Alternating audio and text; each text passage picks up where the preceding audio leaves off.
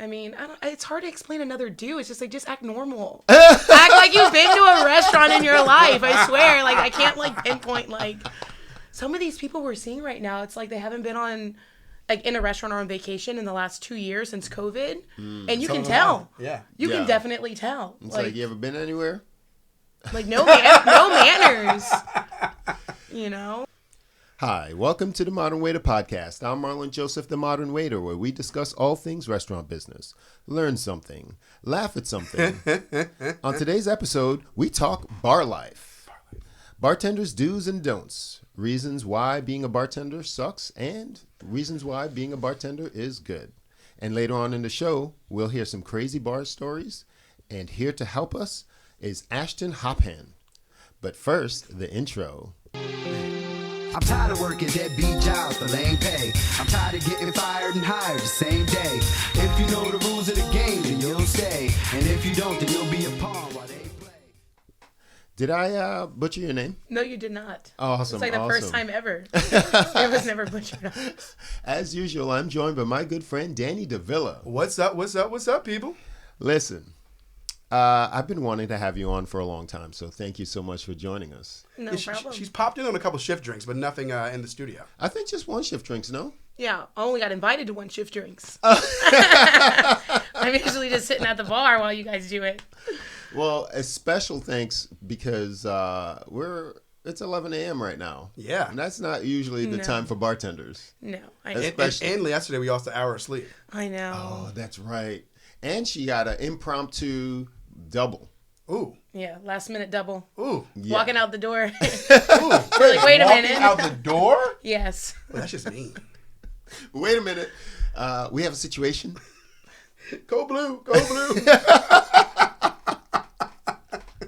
Yeah, let's get right into it. Let's talk about bar life for a second. And there are a lot. You guys have to do a lot. A lot. And you deal with a lot of things. Oh, yes.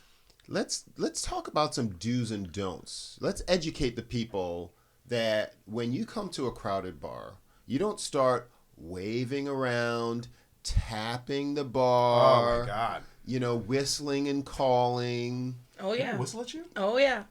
Oh, I mean, they whistle at you, too. Yeah, I know you love that. Hey, that's the worst thing ever. Yeah, I mean, tell us about some do's. Let's do it in threes. We'll do 3 do's, 3 don'ts, and then we'll move on. Okay, so 3 do's. Yes. I mean, when people go to the bar, like right away when they see we're busy, like the first thing you got to do is not think you're the only customer at the bar. You know? That's good advice. Don't think you're the only customer at the bar. Imagine that you're talking to someone, not just casually talking to someone. You're working, right? Taking an order, things like that. Explaining the happy hour, the specials, True. and people think it's okay to just scream over that. You know, like, it's like, well, excuse me, you know? So do have patience. Yes. Okay. Do have patience. I mean, it's hard to explain another do. It's just like, just act normal. Act like you've been to a restaurant in your life. I swear. Like, I can't, like, pinpoint, like, some of these people we're seeing right now, it's like they haven't been on, like, in a restaurant or on vacation in the last 2 years since COVID. And you can tell. Yeah. You can definitely tell. It's like, you ever been anywhere? Like, no manners. You know? Okay, let's educate them a little bit. If you're... When someone says, "Oh, make it strong," or you know, Less give mix. me a good pour. Less mixer. That's my favorite. I had somebody. I'll take a Pinot Noir if you give me a good pour.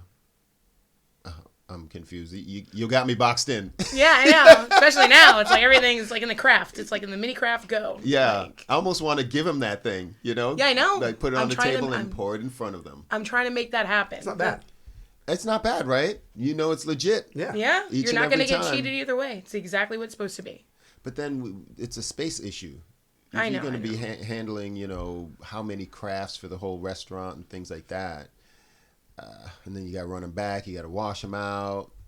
Just Same trust the advice. pour. It's kind of like the whole martini thing. You know how they have the shakers for them. And sometimes, like if you're at the bar, they'll do it tableside right in front of you. But if you were at the table, you wouldn't have enough. True. Same idea. Definitely not the way we've been blowing through martinis lately. Okay, so forget the dues.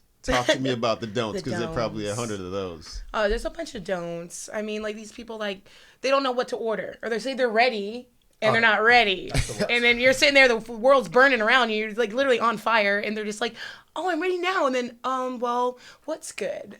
No, that time has passed. I leave you right at that point. I Not go- even a bartender. I I go, leave you at the table. give me 1 second, and I just walk away. You have to. Or I'll just give you a couple minutes. I don't even give you a time to react to what I just said. I just Oh, no, you Go on to can't. the You next. can't give them the, I'll No. give you some time to think about it. Yeah, no, you have the people that are like, oh, well, what do you recommend? I'm like, well, what do you want? You want wine? You want a martini? Like, Yeah, what What do do you you drink? like? I don't have a crystal ball to know what you drink. So do is be prepared. Yes. Have patience, be prepared. On some level, at least wine. If you picked at least a red or a white or something, I could run with it. Yeah, like give you a little bit of guidance. Say, Yeah. hey, I drink rum, or I drink tequila. Do you have a good tequila drink? Or I'm into wine. I prefer a red. Something like that. Just a little bit of guidance, and you can guide it from there. Yes. Or even when it comes to the happy hour, you're trying to explain it, and then instead of letting me explain it, they jump in and ask questions. It's like, shh. Let me answer do the question the for you. spiel, Yeah. Like, let me give you the rundown over here, okay? True. That's another one. So do listen. Or read. They can just read the menu in front of them. Like, that's like my favorite. They It's don't like like this here. Oh, it says it right here. Like that's another one when we're so busy. Especially right now with season, everyone coming to South Florida. We're packed. Like, Yeah. we're like Friday night, 2-3 deep at the bar, running around. I have someone trying to have me read for them what vodka's on happy hour, even though it's bold printed right there. Yeah. It's It's probably at the beginning best to be general. Just I'll take the happy hour vodka instead of saying what vodka do you have. But once you're mentioning the word happy hour, price is on your mind. So if price is on your mind, just take what we got. Just take it. yeah. Take it. No, they want the Grey Goose at half off. What do you mean? They want the $9 Grey Goose martini, not the New Amsterdam martini. True, but hey, what are you gonna do? You try to explain it to them, like, no, we know what we want. And then you give them the bill. They're like, oh, the hostess said it's happy hour. I'm like, well, that time when I tried to tell you what everything was and you knew what you wanted? Kind of past that point now. Yeah. That wasn't on happy hour. What you ordered? Yeah. Yeah, you It happens know a that. lot. I'm sure. Like, where do they go? Where are you going to get $9 Grey Goose martinis? don't I want to know because I want to don't be know. there. No, we're going there. We're going there for sure. Your shift drinks is going to be there. Yes. Now, I'm going to categorize the do's as have patience, be prepared, read and or listen. Yes. I mean, those are pretty broad, but it'll get you through a good bar experience. Yes. Now, with the don'ts, okay? And you can there's a whole lot there Yes. to unpack. I know. I'm particularly interested to find out, firstly, how you deal with people hitting on you. Ugh. God. Just walk away. Oh! At this point, if you're too busy, you're just like, oh, haha, laugh it off and just walk away. I mean, I know I have friends that say, oh, that bartender's pretty cute and this and that. I'm like, that's the last person you want to hit on. This girl gets hit on All day. every day. Not just all day, one day. No, it's just like, it's always like the worst pickup lines ever. Things like that too. It's just like, it's like, where do you think that's going to work? Like, I don't know where they come from, these people. I think they do it just because they feel like they have to. They think they're smooth talkers, and they're not. They think they have like the swag going on. It's like, oh my God, you look like you're 80 years old. And you laugh because we do work for tips. Yes, of course. You have to be like, oh my God, like all this stuff, and then just walk away and go, ugh, behind your back. Oh my God, that just happened to me. So is there any way to actually hit on your bartender? Is there a way, or you just don't even bother? Don't even bother. Just leave a good tip. And that's probably like the biggest like way to be like, oh, he was kind of cute. He left me $100, right? Like, Oh, that makes sense. yeah. That makes sense. So give me now two don'ts. Well, we already said like no snapping of fingers, Okay. clapping, like that. Like, hey, where's my drink? Yeah, that's not going to get you anywhere. Yeah, no. That We've makes you wait longer. We'll get to that story in a minute too. Well, I have one fairly recently that happened like that. all right, snapping story. I got you. And so when you go up, don't tap. Just Don't be a douche. so what do? You just wait. wait your turn. Or just like, like show that you kind of like You're- acknowledgement. I always Gotcha. acknowledge people like, oh, I'll be right there. Or I'll give them a menu always, Yeah. But like the ones that just want to be in front, even though these other people have been waiting, they want to be the first ones in. No, I'm going to put you at definitely the last, Be like, oh, that Grey Goose is all the way up on that top shelf. I got to go get it now. Like if they're going to be in the back, rude. you're eating a sandwich. Yeah, Yeah. exactly. Yeah, no, definitely that. That's drives us nuts. You can't be mean to people, number one. People nowadays just think it's okay. I'm also interested in the do's and don'ts. Also, aren't just limited to guests. I know. I was gonna say, are we gonna talk about staff too? Oh yeah, burn it down, flame on. Yeah, burn down the whole restaurant right now. I mean, bartenders. We all know, like, of course, we have the guest experience, which there's like common sense do's and don'ts. But my biggest pet peeve is the people we work with that give us more of a hard time than the guests. They should know better than anyone else, Sometimes they don't. And that service bar, like, some of them have no patience. They don't even know what patience is, some of them. So they ring it and then run to the Run. To I've seen it happen. Sprint. Yeah. Like, you could, and then at that point, they could be getting water or taking care of a bunch of other things. I've seen servers do this. I'm like, what do you guys, you don't see their bar? They're just as busy as you are. Go take care of your table. Yeah. And then, after you give them like 3 or 4 minutes, if your ticket's not ready, then you can say something. But at that point, don't just go ring it in and run to the bar. Yeah, there should be a step in between. Yeah, there that you could do. get waters, get whatever you need. You could do multiple things in that little couple minutes to give them enough time. No, Tell the specials. Elaborate that. Buy me 5 minutes. I don't even need 5 minutes. no, you're pretty good. That's you, fine. you don't 5 need the minutes. 5 minutes. No. However, for me, I do all that stuff. All my work is done front loaded. They already know the specials and things like that. Which is fine. What I actually used to do, particularly at the old place, was I would ring it, go to the bar, I don't say anything. I'm just like kind of like a flag that something's happening over here, and then I walk away. Yeah, just so they see you. We used to have the printer that Silent. It still is, but before when I first started, Yes. it would make a little noise, So they would and know. the bartender would know that something came up on the service well. Then they got these silent printers that you don't even hear it cut. It's nothing. Silent thing was made at NASA. Yeah, they could have a line of tickets and have no idea that they're there. Correct. So I would just kind of walk by and I never say anything, and then they just see someone there and I'll walk away, and then when they're finished they'll walk over and make the tickets and things like that. Now, as a server, a pet peeve of mine with bartenders is that just to get that person out of their face, the way too quick person, they'll make their ticket first instead of going in order, and that could really chat me a little bit. But I get it. Do you have any, Danny, that For my bartender, I'm really easy. I feel like I try to be that person that they like. I'm either setting up glassware for them or anything that can help them move faster, because I can already see if their bar is busy. I know what's going on. Gotcha. Now, if there's a designated service bar, then, because at my place on the weekends, we have a designated service bar where it's off the main bar. Off the main bar, they have their own little world. So I just try to make sure they have all the glassware they need, and it usually works out my advantage. I'm usually one that gets my drinks first, no matter what the line is, just because I'm helping, not because of whatever, because they know I'm not waiting around. I'm proactive with everything. It's a little cheat code there. Yeah, exactly. You help them, they help you. True. Exactly. And they'll help me, because I've been in my job long enough where I can go behind the other bar, and like bring over stuff that they don't have, like if they need vodka or if they need this or that. I know where everything is in the building, so I'm able to facilitate things like that. Now, Ashton, how do you treat the service well when it comes to guests? Because sometimes they just come right open. There's no, barrier or velvet rope. They think it's an ordering station. When we're busy, like this weekend, they literally walked up and like, I'm going to take one of this. I'm like, you don't see like I have 100 tickets here and I'm just making drinks? No, they don't. No. Like, and then they walk away and then they go stand somewhere by the hostess desk. Like I'm supposed to bring them their Long Island and their French martini. I'm like, I don't remember what you look like anymore. But literally I had that happen so many times this weekend. So don't order from the service bar. No. Okay. It's definitely not an ordering window. Guests? Oh yeah, no. No, Yes. That's not their world. So I mean, they come up and they're Exactly. just like, and then the other servers are trying to walk around them, but show them that this is a service bar and kind of bump into them while they grab their wine for their table. And the customers are like, oh, am I in the way?